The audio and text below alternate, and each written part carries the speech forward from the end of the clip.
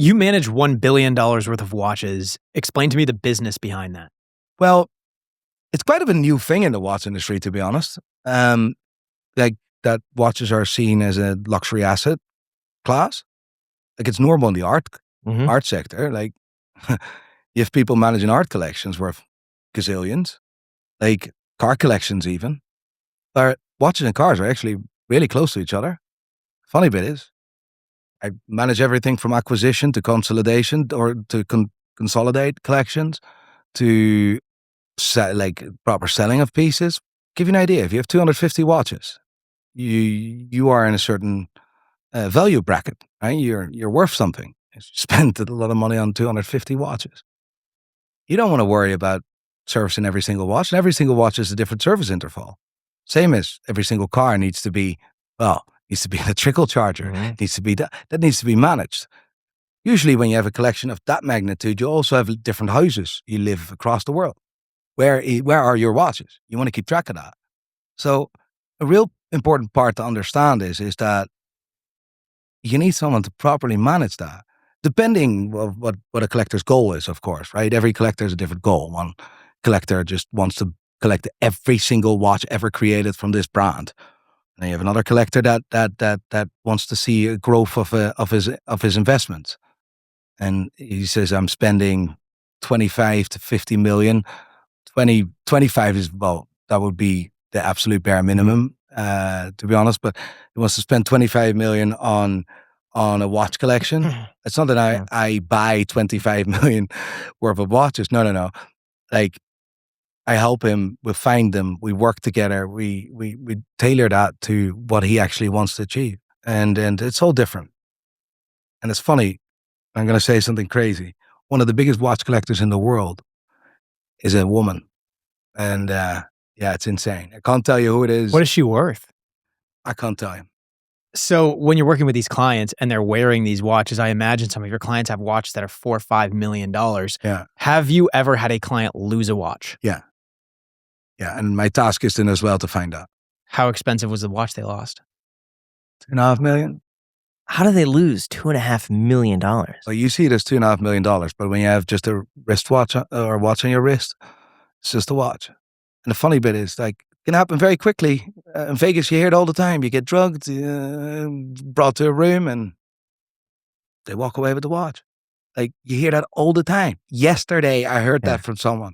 What happened yesterday? So someone goes in a casino, goes drinking, is alone, a bloke, whatever, and just, meets a girl is very interested and brings him up to the room. And he get drugged, and his watches are gone.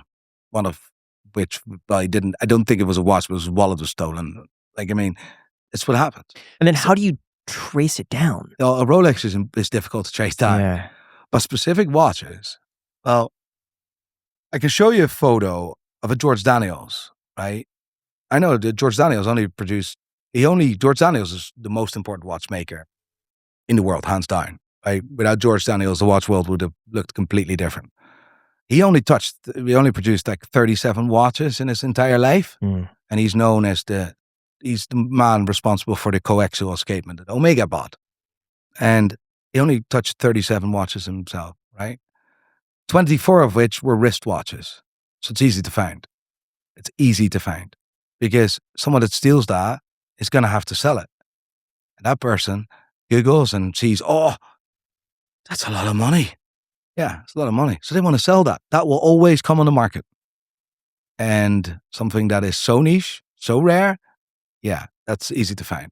Did you end up finding it? That watch, wasn't the George Daniels, by the way, that got stolen, but yes, I did. So your client lost a $2.5 million watch and you went out and found it? Yeah, I did. How did you find it? We don't have possession of that watch yet because it's still in police custody now.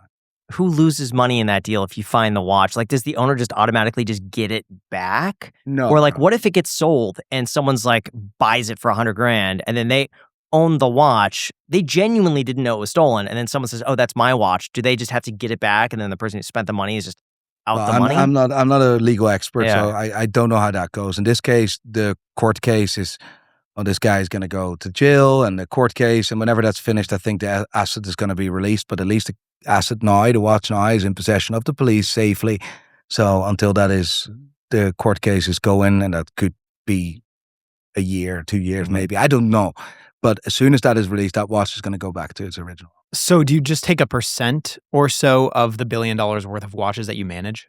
Well, no, it's not. It doesn't work like that. In acquisition or consolidation, I take 15% on both sides, sell and purchase, right? But it's like, it sounds like this. The funny bit is we talk about this as if it's like something mad, but you know what the funny bit is? This has been going on for decades in the world of art. I don't think it sounds insane. Yeah, it's been going on for decades in the automotive space. Like for watches, it's maybe a wee bit relatively new, but like if you have, say you have 200 watches, 300 watches, right? Like you need to think about how you store those. Like those watches need to be serviced, and every watch is a different service interval. That needs to be managed. That's also, you want to know what the value is today.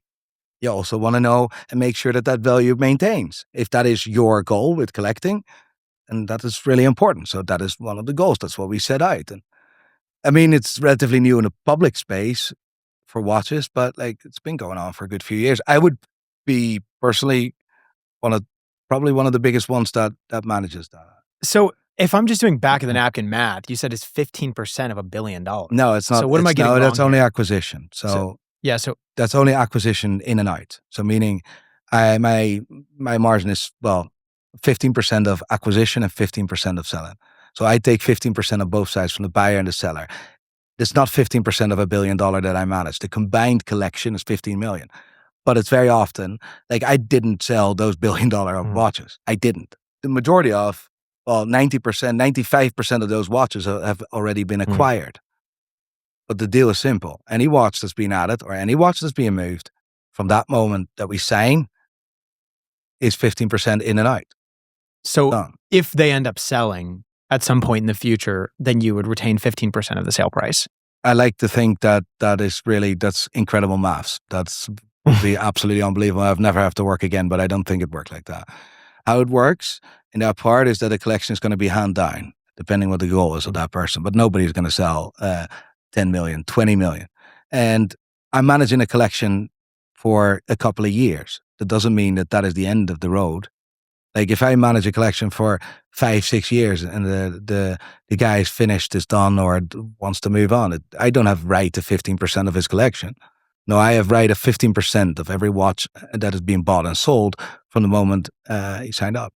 Let me take a wild guess here. You have not got a Father's Day gift yet, and it's June. The date's coming up. And by the way, we know the dads are impossible to find gifts for because they seemingly have everything they need, but that is why we've partnered with our friends MagBack to get you 15% off the entire site when you use the link and code down below in the description. They have gifts that your dad will actually use, like the MagBack Elite case. There's a built-in finger loop for your grip, side rails so it doesn't slip, a kickstand that folds right in, and magnets strong enough to snap onto any metal surface, desk, car, wherever. And you could also pair it with the MagBack Smart Wallet, which snaps right onto the back of your phone.